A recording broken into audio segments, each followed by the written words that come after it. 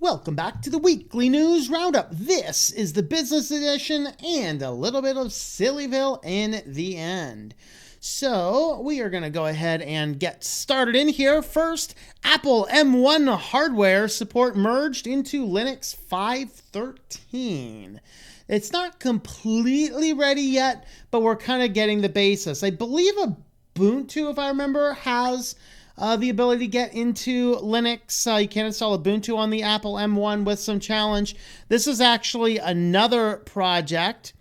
This is it Asaya? I don't know. I string together those types of things. I said Asa. Hi. I mean, whatever. So I guess it is a Japanese name. So who knows how to pronounce it? Well, I mean, you guys probably do if you're from Japan or know anybody in Japan.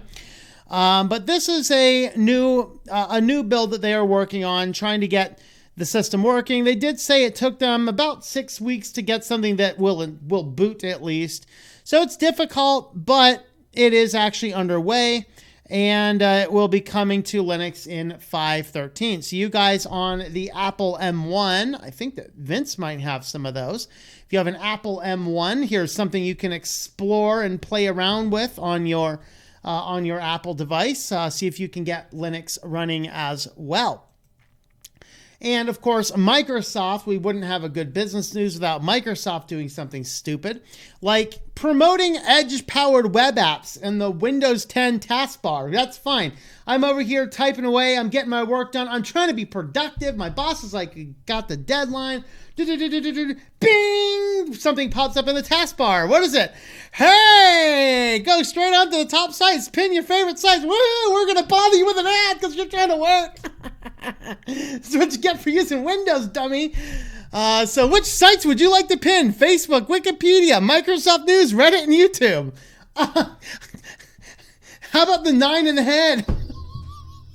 I don't want any of that. So yeah, Microsoft though, they think that bothering you, like, what is it with cramming crap in your operating system that annoys the hell out of you? This is why I switched to Linux, people. My system doesn't do anything unless I want it to.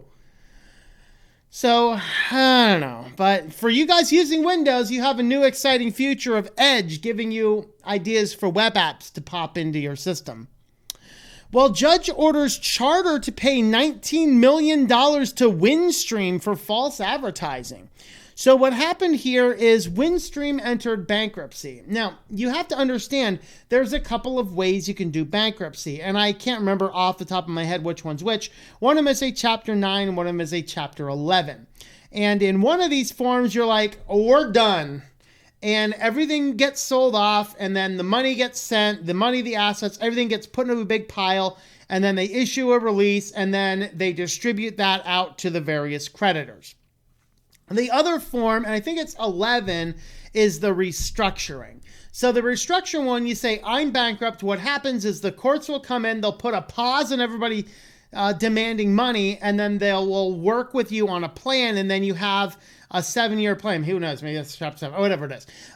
But you have this certain number of years to execute this plan to get the creditors off your back and prevent the creditors from coming after you, which would possibly prevent you from being able to stay in business. So the one of them is a preserving, the other one is we're out. So what happened is Windstream went into a restructuring bankruptcy, and in their restructuring bankruptcy, Charter comes in, sees this, and starts blanketing all of their customers with advertising saying, Windstream is going bankrupt. Switch your internet now so you don't lose your service. Yeah, the judge ruled that that was false advertising because it was the Chapter 11 bankruptcy. It wasn't going out of business. That's what I was pretty sure I was right. Chapter 11 is the restructuring. So they're not going out of business. They're not losing anything. Everything in here is, they're just working on their plan, but they lost a lot of business because Charter comes in and lies about it. Maybe this is why these ISPs agree not to enter each other's territory, but this is the type of stuff that they do. It's so bad that we'll see in a later article that the ISPs are banding up to do something funny. And so the judge rules that, yes, this was indeed false advertising. It was intentionally and maliciously designed to pull customers away and otherwise hurt them. And so Charter is ordered to pay $19 million to Windstream.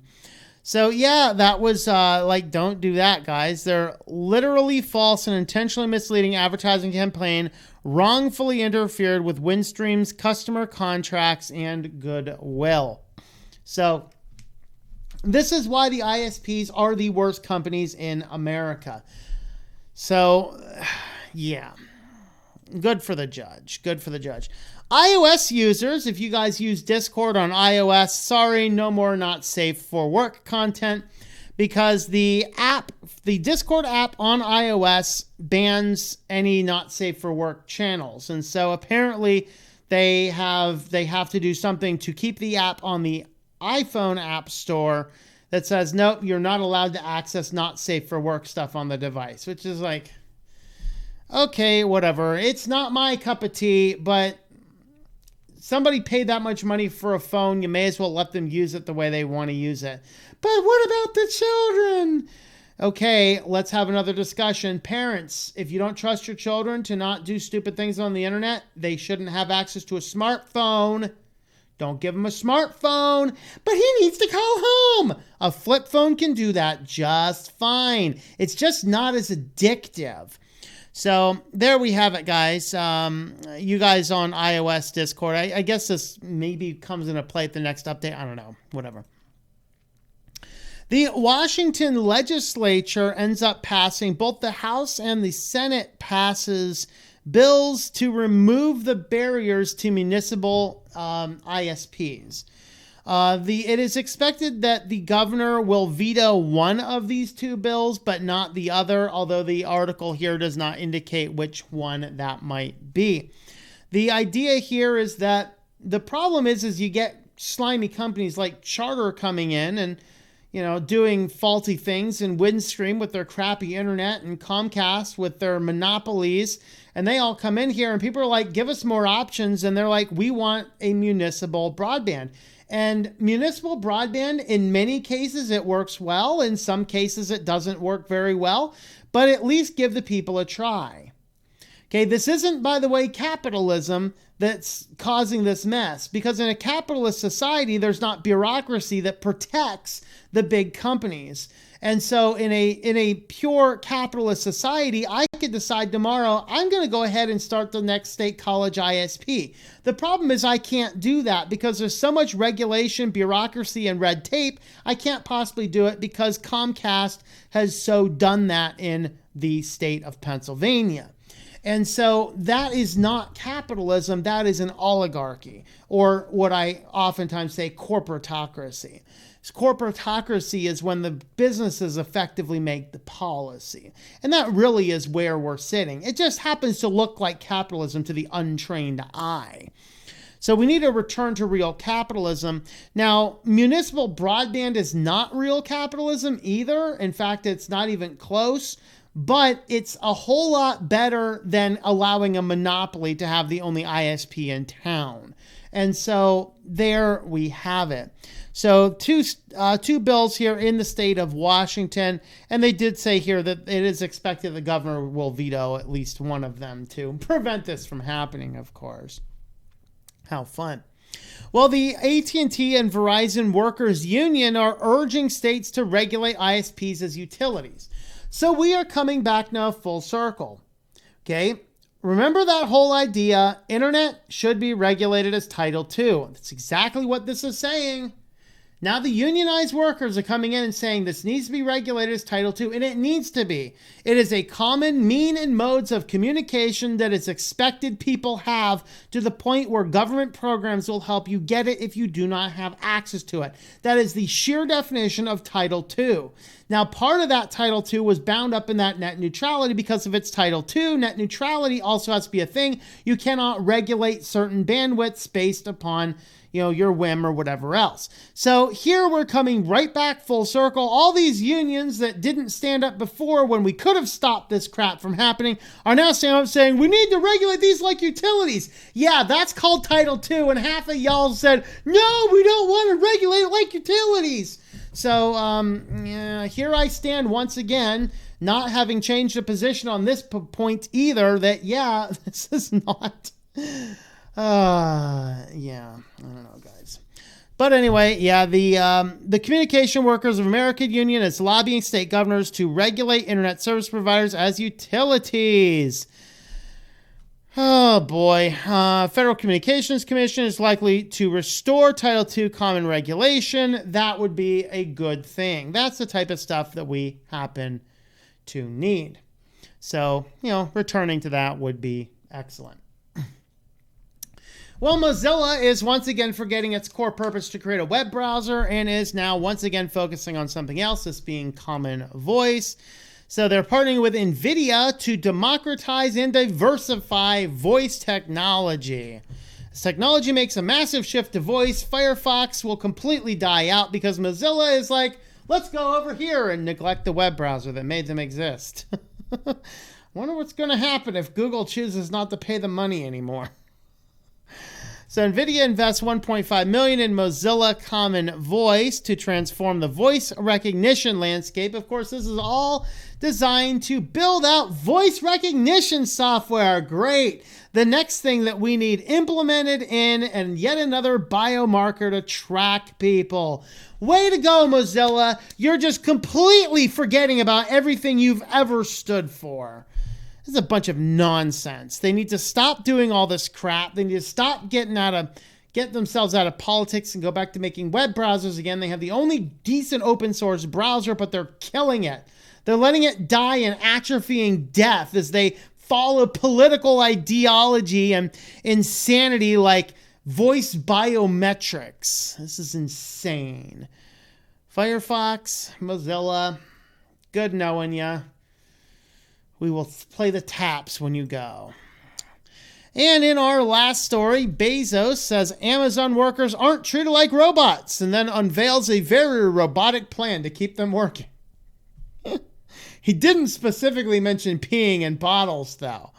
So this is actually his final letter to shareholders. If you remember, Jeff Bezos is stepping down. This is a bad thing that he's stepping down because we need fewer multi-billionaires in the world with infinite amounts of time on their hands. We already have Bill Gates. We don't need Jeff Bezos adding to the insanity of the world. This is insane. They're going to team up and be like Lex Luthor and I don't know what the other evil dude is. But, oh man, it's going to be pretty bad.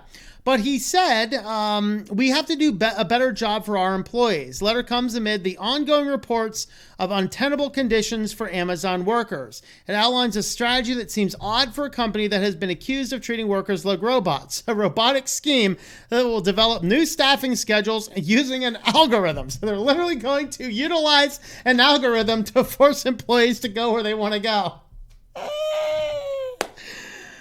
Pushed back on the idea. Amazon doesn't care for its employees. They're pushed back by saying, in those reports, our employees are sometimes accused of being desperate souls and treated like robots. That's not accurate, he wrote.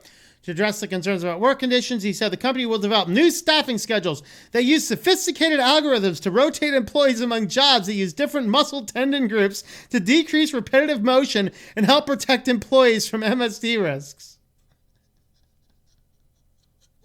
What is this, circuit exercise? Hired Jeff Bezos to be my personal trainer. I'm going to lift, squat. All right, we got to do this one. Scrap, bump, scrap, bump, scrap. Oh, other direction. Boom, boom, boom. We get your Amazon workout in. It's like going through a circuit. Oh boy, just giving a nod to working conditions at Amazon. Letters the first time Bezos publicly addressed the failures, the failed union drive in the Alabama plant. Does the chair take comfort in the outcome of the recent union vote? No, it doesn't, he wrote. I think we need to do a better job for our employees. While the voting results were lopsided and our district direct relationship with employees is strong, it's clear to me that we need a better vision for how we create value for employees, a vision for their success. And, just on that whole union vote, just as an aside, I'm not a big fan of unions. I think they had their time back then, but I think unions they're just as corrupt as politicians. We don't need unions. We don't need politicians. We need something, but I don't think going back to a union is necessarily the option. I'd be open to discussing different ideas, but that's kind of what my thought happens to be.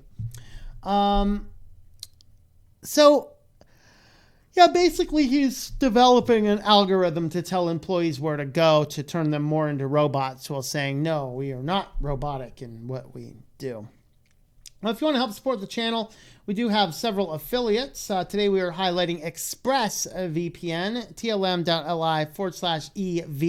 If you happen to need a VPN, have a look at ExpressVPN. You can connect up to, I think it's 5 devices. All of the VPNs are different. I think it's 5 different devices. You can have separate channels. Some applications can go through the VPN while other applications go through your ClearNet. So there are a lot of good options that you can choose from here. So if you need to access the internet from coffee shops, strange locations, or around the world, definitely have a look at ExpressVPN using the affiliate code tlm.li/EV. Now let's have a look at some Sillyville news.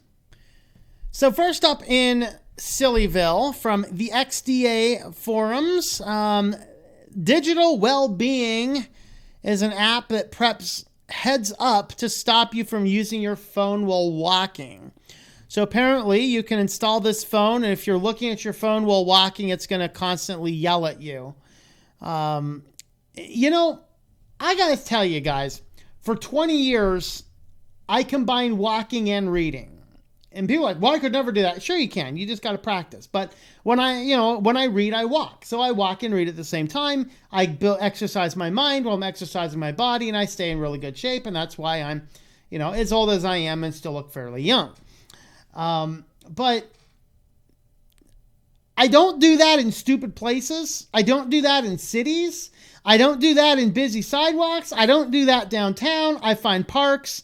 Worst case scenario, back roads, but even then, not really. Parks, genuine sidewalks, slow neighborhoods, stuff like that. But I see people all the time,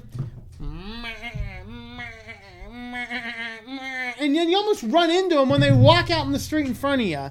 So maybe this is a good app for the sheeple out there to remind them. It's like, this does kind of remind me, I hope y'all aren't offended by blonde jokes, but it does kind of remind me of that blonde joke, right? The lady goes on in to get a haircut, blonde lady, and she's got these headphones on. So she sits down in the chair, and the guy's like, I gotta take your headphones off. I can't have you take the headphones off. Sorry.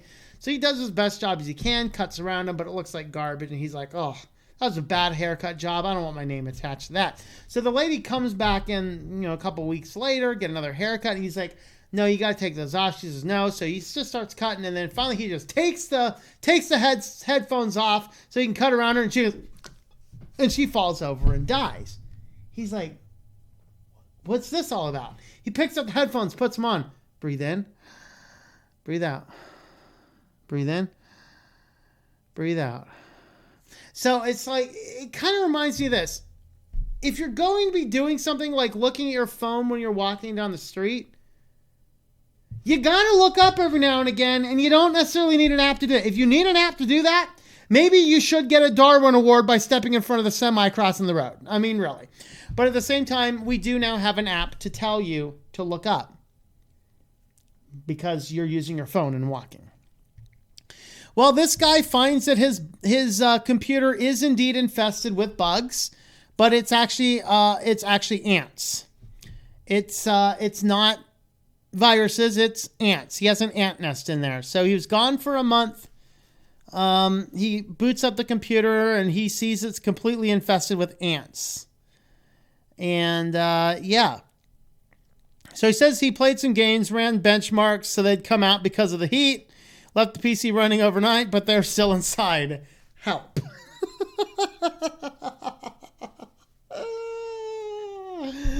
Oh boy. So just be aware. If you get an ant's nest inside your computer, I would just recommend being able to disassemble your computer to clean that all out. There's probably an ant's nest in there, buried in there somewhere. That's kind of neat. So Who knows? Who knows? At least it's not frying the computer. But if you do have bugs like that in your system, if they step over a circuit, you could actually fry a computer. So be very careful running your computer if there's a bunch of bugs in it. Uber CEO says the company could get cannabis delivery soon. Now, of course, they are waiting until it's federally legal. So they are, of course, going to be petitioning federal legalization of happy plants. But I guess you could then call up Uber like, hey, Uber, I'm out of happy plants. Want to send me some happy plants? And then you'll get some guy who comes in. He'll come up to the door. He's all stoned out on blunt anyway. Like, hey, I tried it on the way over. You want to hit? I remind you guys, every time you call an Uber, every single time you guys call an Uber, some kitty like this one gets a club. So don't call Ubers, guys. Don't call Ubers. Say no to clubbing kitties. All right. So absolutely. They are working on it. They are waiting until it is federally legal. I mean, just in Denver, you can't use Uber to call it in Denver, but you know, whatever that would happen to be. Well, Microsoft is giving away a custom flight simulator PC that won't play Flight Simulator at its max settings. So thank you, Microsoft, for the amazingness of giving us a computer. Now, I mean, it's actually still a good deal. I mean, the graphics card, I understand the graphics card alone at current prices is over $1,000. So it's not necessarily a bad deal. So it comes with an NVIDIA GeForce RTX 3070. And a Core i7 1170K. Now, they tried doing the test with the i9 and RTX 3090, and it still was not enough to play 60 frame per second Flight Simulator. But, I mean, perfectly honest, maybe this is just a game that's just so high detailed, you need a supercomputer to play it at recent settings. So who knows? Maybe this is just kind of stupid news. But yeah, if you are going to be giving away a computer to play your own game, maybe, just maybe, you might think about giving away a computer that can actually play the game on the full specs. Unless you look at this going, let's not go ahead and do that again. And on to our last story. This Boston Dynamics robot dog has been taught to pee beer on command. So this is definitely for you college frat parties, I guess. I guess you can summon your Spot the dog to come on over. Here you go. Here's Spot. He's coming on over. Yeah, that's right, buddy. That's right. They got to work on him not going all over the floor there. But how long before this is like the latest replacement on the frat party thing? All right, man. Dare you to take a whole 30-second rush. It's going to be bad. It's going to be bad, guys. It's going to be bad. But there we have it. Let's see, a little wide of the mark there, Spot, but everyone makes mistakes. So there you guys go. So if you are looking for, they're calling it the best Spot 9000. Oh, this world. What a world. Well, that's all we got for Sillyville today. You can help support the channel over on Patreon, patreon.com/TOMM. You can find me on over there. Help support the channel. Thanks for coming along, and we will see you in the next video. Thank you for watching this video from Switched to Linux. This channel would not be possible without the backing of the program supporters scrolling on the screen now. You can be a supporter at Patreon at patreon.com/TOMM or at thinklifemedia.com. I also want to thank the open source community who creates such excellent software that makes producing this show possible. Please remember to support your software communities. Thank you, and I hope that you enjoy switching to Linux.